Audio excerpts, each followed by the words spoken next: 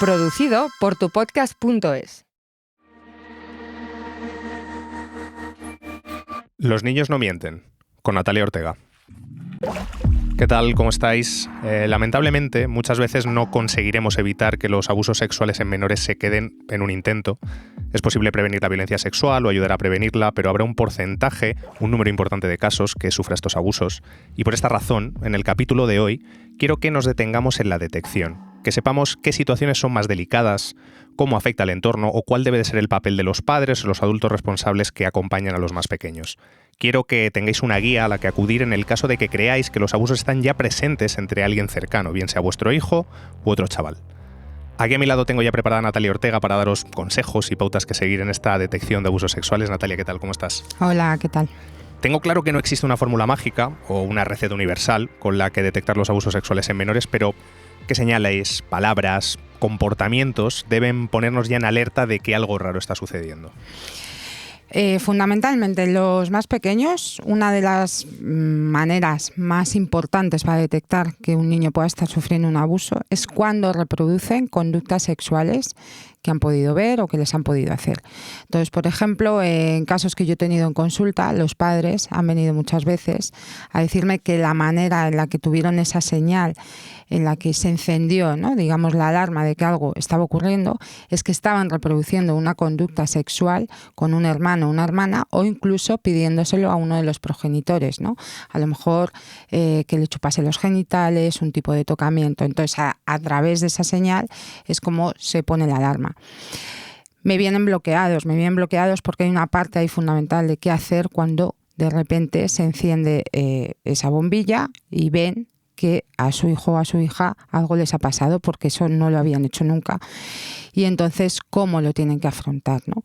Es fundamental cuando ven una señal de este tipo, las personas de referencia de los niños o de las niñas, mantener la calma. Sé que lo que estoy diciendo es como muy difícil, ¿no? De repente tú estás bañando a tu hijo o a tu hija y te dice que le chupes el pene.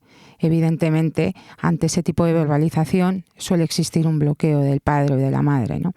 ¿Por qué digo mantener la calma? Porque el niño o la niña en ese momento lo va a verbalizar muchas veces como un tipo de juego, que es como, pues desafortunadamente, el agresor se lo ha hecho a él o a ella, ¿no?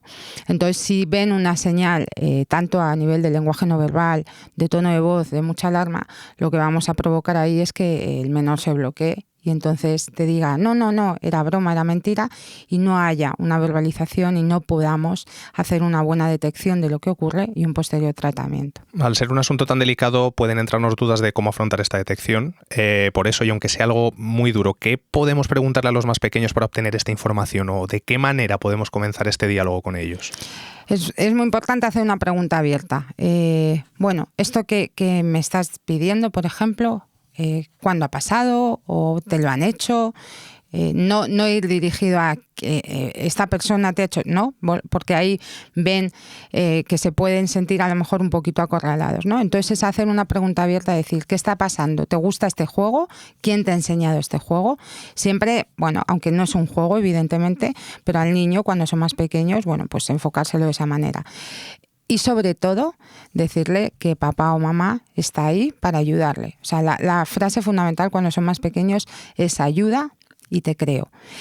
Siempre les digo que lo acompañen con eres un valiente por contarme esto. Y gracias a que me estás contando esto, la persona que está haciendo esto contigo la vamos a poder ayudar. Eso, quiero transmitir este mensaje porque eso va a favorecer mucho que el niño se sienta útil contando esto, que no sienta que esa persona que le está haciendo eso, que normalmente, y ya no sé, lo dijimos, que 1 de cada 5 niños sufre abuso sexual y ese abuso sexual es intrafamiliar, entonces hay un vínculo con esa persona.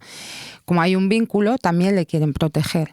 ¿Vale? Entonces, si le transmitimos al niño que gracias a que lo está contando es un héroe y vamos a poder ayudar a esa persona para que no juegue a eso con niños porque eso no está bien, vamos a facilitar el relato. Pero antes de seguir con más preguntas y indagando en cómo hacer este tipo de conversaciones, déjame que escuchemos un momento un fragmentito de una historia. También hay muchos casos de niñas y niños que están sufriendo el abuso sexual, pero no hablan porque no saben lo que sucede. ¿Cómo van a hablar si los papás y las mamás Solo los dicen no te dejes tocar allí y nunca los explican por qué. Tampoco nos dicen qué es el abuso sexual y qué podemos hacer si esto ocurre. Así como hay niñas y niños que no se dan cuenta del abuso, hay muchas niñas y niños que no hablan por miedo, por vergüenza o porque se sienten culpables. Claro, aquí hablamos de culpabilidad, de miedo, de no querer contarlo. Entonces, si están callados o se da este silencio, ¿cómo podemos continuar esta conversación para detectarlo si tenemos esas sospechas? Bueno, hay que dejar espacio al niño, es decir, tampoco podemos someterle a un interrogatorio porque se va a bloquear. Una vez que ha habido algún tipo de señal, o tú notas además en tu hijo que junto a esa señal, pues lo que decía, algún tipo de conducta sexual o incluso alguna pequeña verbalización, suele ir acompañado de, bueno, pues de cambios a nivel comportamental y estado de ánimo. Entonces hay que dejarle un poco de espacio. Los niños, a través del juego o en situaciones en las que están más relajados, de repente empiezan a hablar.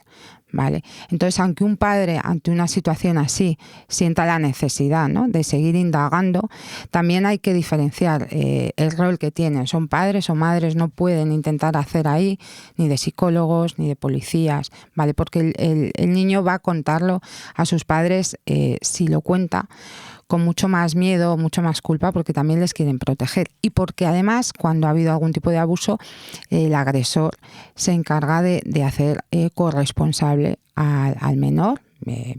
Podemos hablar de los más pequeños o incluso en adolescentes de la situación, ¿no? El transmitir un poco, esto ha pasado también porque tú quieres, esto es un juego y si lo cuentas además nadie te va a creer, ¿no? Con lo cual existe mucho miedo a que al contar eso se les pueda tachar, bueno, pues eso, de muchas veces como me dicen los niños en consulta, es que yo os he hecho esto, es que a lo mejor soy muy guarro. Hemos pasado por el miedo, por cuando pueden estar callados, pero también puede ser una situación en la que estén llorando o descompuestos. Uh-huh. ¿Qué les preguntamos? ¿Es mejor, como dices, ahora dejar un momento de espacio y luego retomar con alguna pregunta? ¿Cuál sería este tipo de pregunta? En este escenario ya más duro incluso aún, ¿cómo lo podemos afrontar o qué podemos decir a un chaval más pequeño con 5 o 6 años o a un adolescente? Para mí es fundamental dar el espacio, o sea, creo que agobiar mucho a un niño ante una situación así, que es muy difícil de relatar, dar el espacio y luego acompañarle en todo lo que quiere ir contando sin juzgar. Es decir, va a haber muchas cosas que pueda contar que se puedan, a lo mejor sin querer, cuestionar desde su entorno, ¿no? Entonces, sobre todo, transmitir la idea de que cuando una víctima de abuso sexual llega a relatar algo tan brutal y que es tan difícil relatarlo para un niño o un adolescente, no hay que juzgar. Y sobre todo, bueno, pues hacerle ver que gracias a que lo ha contado, él va a estar mejor y esto va a parar, ¿vale?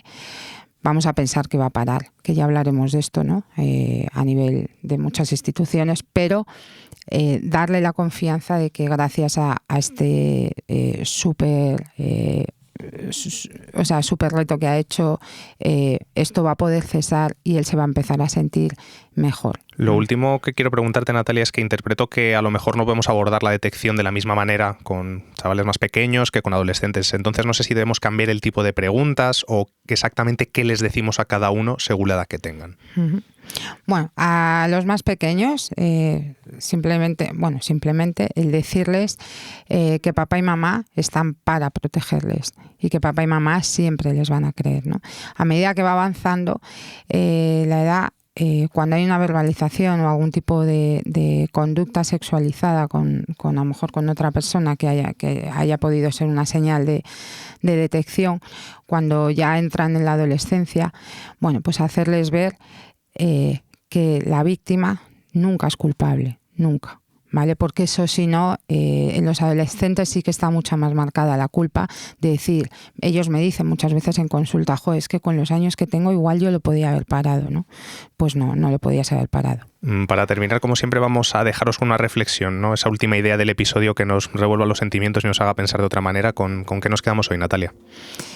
Bueno, yo creo que son héroes cada vez que son capaces de relatar una situación de abuso. Natalia, gracias por acompañarnos en un episodio más. Seguiremos dando claves y consejos para un tema tan delicado como los abusos sexuales a menores. A vosotros, gracias por escucharnos, por querer saber más sobre violencia sexual en menores y sobre todo por querer prevenirla y detectarla. Adiós. Producido por tupodcast.es.